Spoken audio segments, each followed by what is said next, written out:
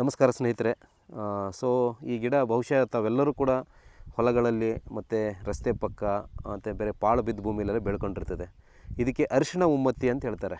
ಅರಿಶಿಣ ಉಮ್ಮತ್ತಿ ಅಂದರೆ ಇದು ಹೂವು ಉಮ್ಮತ್ತಿ ಗಿಡ. ಇದಕ್ಕೆ ಅರಿಶಿಣ ಹೂ ಬಿಡೋದ್ರಿಂದ ಇದಕ್ಕೆ ಅರಿಶಿಣ ಉಮ್ಮತ್ತಿ ಅಂತಾರೆ. ನೋಡಿ ಇಲ್ಲೆಲ್ಲ ಅರಿಶಿಣ ಥರದ್ದು ಹೂ ಬಿಟ್ಟಿರ್ತದೆ ಈ ಥರ. ಸೊ ಇದು ಬಹುಶಃ ತಮ್ಮೆಲ್ಲರೂ ನೋಡಿರ್ತೀರಿ ಇದನ್ನ. ಸೊ ಇದು ಅಷ್ಟು ಎದ್ದು ಕಾಣುವಂಥ ಒಂದು ಸಸ್ಯ. ಇದಕ್ಕೆ ತುಂಬ ಮೈ ತುಂಬ ಮುಳ್ಳುಗಳಿರ್ತವೆ, ಎಲೆಗಳಿಗಾಗಿರ್ಬೋದು, ಈ ಕಾಯಿಗಳಿಗಾಗಿರ್ಬೋದು, ಇದಕ್ಕೆಲ್ಲ. ಸೊ ಹೀಗಾಗಿ ಸ್ನೇಹಿತರೆ, ಇದನ್ನು ಯಾವ ಕಾಯಿಲೆಗೆ ನಾವು ಯಾವ ರೀತಿ ಬಳಸ್ಬೋದು ಅಂತ ನೋಡೋಣ. ಸುಮಾರು ನಮ್ಮ ಆಯುರ್ವೇದದಲ್ಲಿ ಸಾಕಷ್ಟು ಕಾಯಿಲೆಗಳಿಗೆ ಇದನ್ನು ಬಳಸ್ತಾರೆ. ಭಾಳ ಮುಖ್ಯವಾಗಿ ನಾವು ಈ ಚರ್ಮ ಕಾಯಿಲೆ, ಈ ಇಸ್ಬ್ ಅಂತ ಹೇಳ್ತೀವಲ್ವ, ಇಸ್ಬಿಗೆ ಯಾವ ರೀತಿ ಈ ಒಂದು ಸಸ್ಯವನ್ನು ನಾವು ಬಳಕೆ ಮಾಡಿಕೊಂಡು ನಮ್ಮ ಇಸುಬಿನ ಕಾಯಿಲೆಯಿಂದ ನಾವು ಆಚೆ ಬರೋದು ಅಂತ ನೋಡ್ಕೊಳ್ಳೋಣ ಸ್ನೇಹಿತರೆ. ಸೊ ಇದನ್ನೇನು ಮಾಡಬೇಕಂದ್ರೆ, ಒಂದು 6-7 ಗಿಡ, ಇದನ್ನು ಅಂದಾಜು ಒಂದು 6-7 ಗಿಡನ ಈ ಮುಳ್ಳಿರುತ್ತೆ ಹುಷಾರಾಗಿ ಇದನ್ನ ಕಿತ್ಬಿಡ್ಬೇಕು, ಬೇರೆ ಸಮೇತ ಕಿತ್ಬಿಟ್ಟು ಒಂದು ಬಂಡೆ ಮೇಲೆ ಹಾಕ್ಬಿಡ್ಬೇಕು. ಒಂದು ವಾರ ಅಥವಾ ಒಂದು 5-6 ದಿನ ಹಾಕಿದ ಮೇಲೆ ಏನಾಗುತ್ತೆ, ತುಂಬ ಚೆನ್ನಾಗಿ ಒಣಗಿಬಿಡುತ್ತೆ. ಒಣಗಿದ ಮೇಲೆ ಅದಕ್ಕೆ ಬೆಂಕಿ ಹಾಕಬೇಕು. ಬೆಂಕಿ ಅಂದರೆ ಆ ಒಣಗಿದ್ದೆಲ್ಲ ಒಟ್ಟಿಗೆ ಒಂದೇ ಕಡೆ ಮಾಡಿಬಿಟ್ಟು ಬೆಂಕಿ ಹಾಕಿ ಸುಟ್ಬಿಡ್ಬೇಕು. ಇದನ್ನ ಸುಟ್ಟ ಮೇಲೆ ಏನಾಗುತ್ತೆ, ಇದು ಬೂದಿ ಥರ ಆಗುತ್ತೆ, ಕರಕಲಾಗುತ್ತೆ.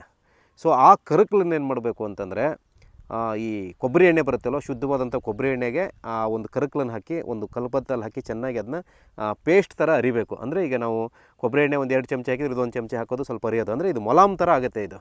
ಸೊ ಕೊಬ್ಬರಿ ಎಣ್ಣೆಯಲ್ಲಿ ಹಾಕಿ ಈ ಬೂದಿನ ಹಾಕಿ ಮಾಡಿದಾಗ, ಸೊ ಈ ಮಲಹಮನ್ನು, ಅಂದರೆ ಈ ಕೊಬ್ಬರಿ ಎಣ್ಣೆಯಲ್ಲಿ ಇದರ ಬೂದಿಯನ್ನು ಹಾಕಿ ಏನು ಮಲಹಮ್ ಮಾಡಿರ್ತೀವಲ್ಲ, ಆ ಮಲಹಮನ್ನು ಇಸುಬಾಗಿರ್ತಕ್ಕಂಥ ಜಾಗಕ್ಕೆ ನಾವು ನಿತ್ಯ ರಾತ್ರಿ ಲೇಪನೆ ಮಾಡ್ತಾ ಬೆಳಿಗ್ಗೆ ಅದನ್ನು ತೊಳಿತಾ ಬಂದರೆ ಏನಾಗುತ್ತೆ ಅಂದರೆ, ಆ ಇಸುಬಿನ ಕಾಯಿಲೆ ಖಂಡಿತವಾಗ್ಲೂ ಹೋಗುತ್ತೆ. ಇದು ಅದ್ಭುತವಾದಂತಹ ಒಂದು ಮೂಲಿಕೆ ಈ ಚರ್ಮ ಕಾಯಿಲೆಗಳಲ್ಲಿ.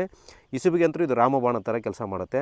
ಸೊ ಇದ್ರ ಜೊತೆಗೆ ನಾವು ದೈಹಿಕವಾಗಿ, ಅಂದರೆ ಆಂತರಿಕವಾಗಿ ಕೆಲವು ಆಹಾರ ಪಥ್ಯಗಳನ್ನು ಮಾಡಬೇಕಾಗತ್ತೆ. ಉದಾಹರಣೆಗೆ ನಾನ್ ವೆಜ್ ತಿನ್ನೋರಾಗಿದ್ದರೆ, ಮಾಂಸಾಹಾರಿಗಳಾಗಿದ್ದರೆ ಮಾಂಸಾಹಾರ ನಿಲ್ಲಿಸುವಂಥದ್ದು, ಉಪ್ಪು ಹುಳಿ ಖಾರ ಕಡಿಮೆ ತಿನ್ನುವಂಥದ್ದು, ಮತ್ತು ಜೀರ್ಣಾಂಗ ವ್ಯವಸ್ಥೆಯನ್ನು ಚೆನ್ನಾಗಿ ಇಟ್ಕೊಂಡು ರಕ್ತ ಶುದ್ಧಿ ಮಾಡಿಕೊಂಡು ನಾವು ಹೊರಗಡೆಯಿಂದ ಈ ಲೇಪನ ಮಾಡಿಕೊಂಡ್ರೆ ಏನಾಗುತ್ತೆ, ಖಂಡಿತವಾಗ್ಲೂ ಆ ಇಸುಬಿನ ಕಾಯಿಲೆಯಿಂದ ಆಚೆ ಬರ್ಬೋದು ಸ್ನೇಹಿತರೆ. ಸೊ ಈ ಮಾಹಿತಿ ನಿಮ್ಗೆ ತುಂಬ ಇಷ್ಟ ಆಗಿದೆ ಅಂದ್ಕೊತೀನಿ. ಸಾಕಷ್ಟು ಜನರು ಇವತ್ತು ಚರ್ಮ ಕಾಯಿಲೆಯಿಂದ ಬಳಲ್ತಾ ಇದ್ದಾರೆ. ಅಂಥವ್ರಿಗೆಲ್ಲ ಉಪಯೋಗ ಆಗಲಿ ಅನ್ನೋ ದೃಷ್ಟಿಯಿಂದ ಈ ವಿಡಿಯೋನ ಹೆಚ್ಚು ಜನರಿಗೆ ಶೇರ್ ಮಾಡಿ ಮತ್ತು ನಮ್ಮನ್ನು ಫಾಲೋ ಮಾಡಿ ಅಂತ ಕೇಳ್ತಾ, ಈ ಒಂದು ಇಸುಬಿಗೆ ಈ ಅರಿಶಿಣ ಉಮ್ಮತ್ತಿ ಗಿಡದ ಸಂಚಿಕೆಯನ್ನು ಇಲ್ಲಿಗೆ ಮುಗಿಸೋಣ ಸ್ನೇಹಿತರೆ. ಎಲ್ಲರಿಗೂ ನಮಸ್ಕಾರ.